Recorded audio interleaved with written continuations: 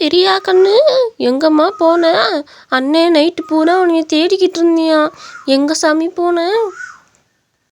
மா, நான் அஸ்வின் கூட தாம்மா போயிருந்தேன். உனக்கு ஒரு விஷயம் தெரியுமா? அஸ்வின் என்கிட்ட ப்ரப்போஸ் பண்ணாம்மா. அவனுக்கு என்ன ரொம்ப பிடிச்சிருச்சான். பார்த்தோன்னே அவனுக்கு என்ன பிடிச்சிருச்சாம்மா. நான் எப்படா அவன் இந்த மாதிரி சொல்லுவான்னு யோசிச்சுட்டு இருந்தேன். இன்னைக்கு அவன் சொல்லுவான் நான் எதிர்பார்க்க கூட இல்லைம்மா. நான் ரொம்ப ஹாப்பியாக இருக்கேம்மா. ரொம்ப நல்ல விஷயம் கண்ணு. இதை சாக்கா வச்சு அவங்க அம்மா கிட்ட பேசிடுவோம். என்ன, அவனுக்கும் பிடிச்சிருச்சுன்னா பேசுறதுல எந்த பிரச்சனையும் இல்லை. பிரியா, எங்க போன நைட்டு? உன்னை எவ்வளவு நேரம் தொலைவிட்டு இருந்தேன், ஆளவே காணோம். எங்க போன? அண்ணே, நான் அந்த தலை வலிச்சிச்சுனே, அதானே மெடிக்கல் வரைக்கும் போயிருந்தேன். மாத்திரை வாங்கணும்னா என்கிட்ட சொல்ல வேண்டியதானே? நீயா இதுக்கு போற? வர வர உங்க போக்கெல்லாம் சரியில்லை. என்னவோ போங்க, என்னைக்கு என்கிட்ட பாட்ட போறீங்கன்னு தெரியல. டேய் ஆகாஷ், வேமா பாலை போடுறா, விளையாடலாம். மெதுவா போடு, அப்பதான் நான் அடிக்க முடியும். வேமா போடாத.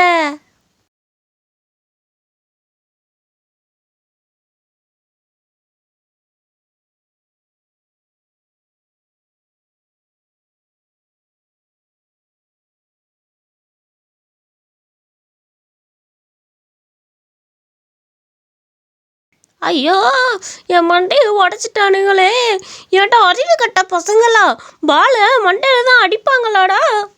ஐயோ, தலையெல்லாம் வலிக்குதே. ஏ கிளவி, அங்கிருந்து தானே வர.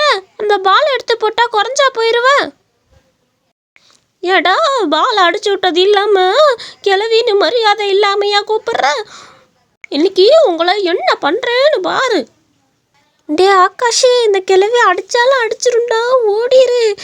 தப்பிச்சு ஓடிரு, எப்படியாச்சும் தப்பிச்சு ஓடிரு. ஐயோ, ஓடிடலாம். இவ எல்லா பிள்ளைகளையும் மரியாதையே தெரியாம வளர்த்து வச்சிருக்கிறா. என்ன பிள்ளைங்க, சேட்டை பிடிச்ச பிள்ளைங்க.